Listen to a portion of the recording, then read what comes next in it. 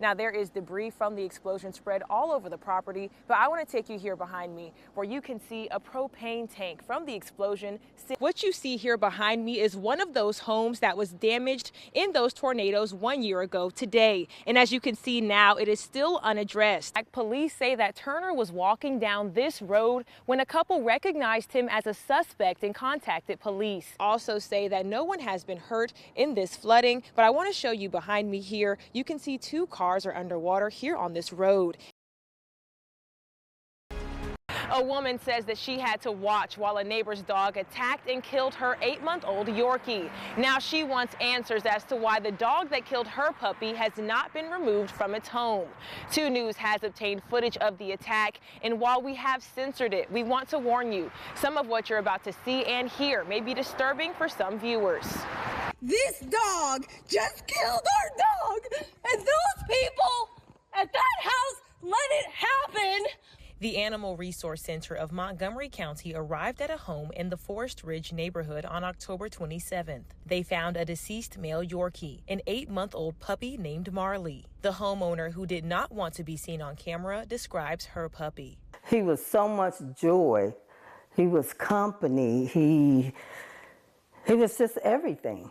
According to a report from ARC, 2 dogs from a neighbor's house entered the woman's backyard through an opening in a fence and cornered Marley. You can see the moments of the vicious attack caught on camera by Marley's owners. When the owners of the 2 dogs arrived, Marley's family says he was already dead. ARC cited the owners of the offending dogs for having 2 unlicensed dogs and deemed one of the dogs dangerous. However, the pets were not removed from their home. Unfortunately, in this case, our hearts do break for the owner that their pet passed away, but the requirements in this case were not met in order to remove the other 2 dogs from their current owner.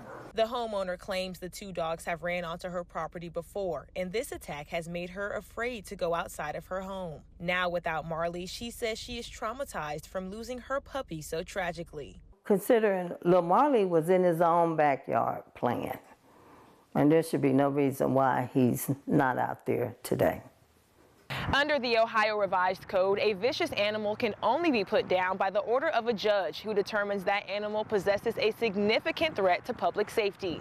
In Dayton, Aaliyah, Seabrooks, 2 News. We were the first to bring you stories of property owners in the Miami Valley who have been victim of quitclaim deed fraud. Here behind me is one of those properties that a judge agreed was stolen through a forged deed, but after years of fighting in court, the legal battle continues.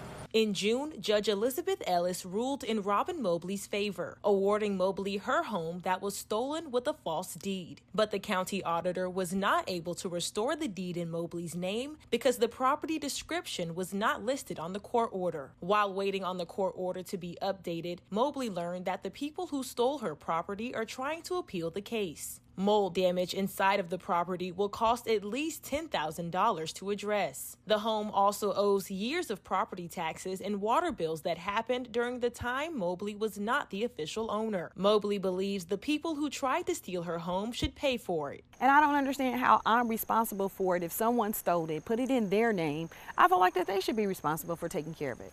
With the property never officially transferred after the judge's ruling, Mobley says she is still not listed as the owner of the home. Now Mobley is looking for support from state leaders. So we need to figure out where there's grant money, some type of money that they can assist us with from the damages that happened to us, from the taxes and for attorney fees. We spoke to Judge Ellis's office, who say that Mobley's case is now in the hands of an appellate court. We also spoke with Janice Bryant Hayes, a 75-year-old woman who is fighting to get her apartment building back after she says it was stolen through a forged deed. Hayes began her legal battle in 2019, and a judge ruled against her in 2024. This process cost Hayes thousands in legal fees. The defendant in the case, At the End of the Day LLC, was ordered to pay Hayes $19,000 for the property, but she says the building is worth nearly $300,000.